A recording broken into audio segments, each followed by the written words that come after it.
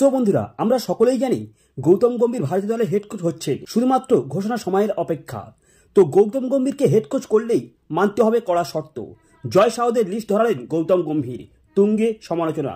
তো head coach হওয়ার জন্য জয় শাহের কাছে কি কি শর্ত রাখলেন গম্ভীর, আসুন জেনে নিই। তো প্রধান কোচের দায়িত্ব নেওয়ার আগেই বিসিসিআইয়ের কাছে বেশ কিছু দাবি জানালেন গৌতম গম্ভীর। তো কেকেআরের কোচ মঙ্গলবার ভারতীয় দলের প্রধান কোচ হওয়ার জন্য বিসিসিআইয়ের ক্রিকেট উপদেষ্টা কমিটির কাছে বাড়ি থেকেই ভার্চুয়াল কলে সাক্ষাৎকারও দিয়েছেন। বিসিসিআই সূত্রের খবর, এখনও ঘোষণা না হলেও ভারতীয় দলের প্রধান কোচ হওয়ার দৌড়ে গম্ভীরই এগিয়ে আছেন। তো আইপিএলে অধিনায়ক এবং কোচ হিসেবে তিনি কেকেআরের ট্রফি দিয়েছেন। এই কারণে গম্ভীরের পারফরমেন্সে খুশি জয় শাহর মতো শীর্ষস্থানীয় বোর্ড কর্তারা। তো তার মধ্যেই সামনে এলেও গম্ভীর বিসিসিআইয়ের কাছে বেশ কয়েকটি দাবি ইতিমধ্যে জানিয়ে রেখেছেন। যেমন তিনি বলেছেন যে তাকে দল নিয়ন্ত্রণের সম্পূর্ণ অধিকার দিতে হবে। শুধু তাই নয়, তিনি সাদা এবং লাল বলের জন্য আলাদা দলও চেয়েছেন। গম্ভীরের দুটি দাবিতেই নাকি সম্মত দিয়েছেন বিসিসিআই। তো সংবাদ সংস্থার প্রতিবেদনের এমনটাই জানা গিয়েছে। তো এর আগে জুনের প্রথম সপ্তাহে আবুধাবিতে গম্ভীর বলেছিলেন তিনি জাতীয় দলের কোচ হতে চান, কারণ কোচ হিসেবে জাতীয় দলকে কোচিং করানোর চেয়ে বড় সম্মান আর নেই। ভারতীয় দলের কোচিং করানো মানে 140 কোটি ভারতীয় এবং বিশ্বজুড়ে ছড়িয়ে থাকা ভারতীয়দের প্রতিনিধিত্ব করা।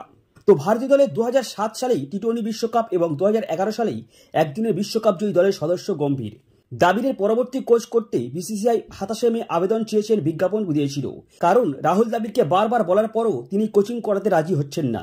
সূত্রের খবর, দ্রাবিড়কে বিসিসিআই কর্তা জয় শাহ বলেছেন হয় একদিনের দল অথবা টি-20 দল কোনো একটার কোচিং করাতে, কিন্তু দ্রাবিড় নাকি তাদের রাজি হয়নি। তারপরেই তিনি জানিয়ে দিয়েছেন টি-20 বিশ্বকাপের পর জাতীয় প্রধান কোচের দায়িত্ব থেকেই অব্যাহতি নেবেন তিনি।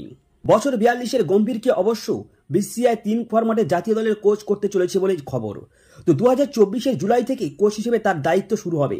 আপাতত 2027-এর ডিসেম্বর পর্যন্ত দায়িত্ব থাকবেন।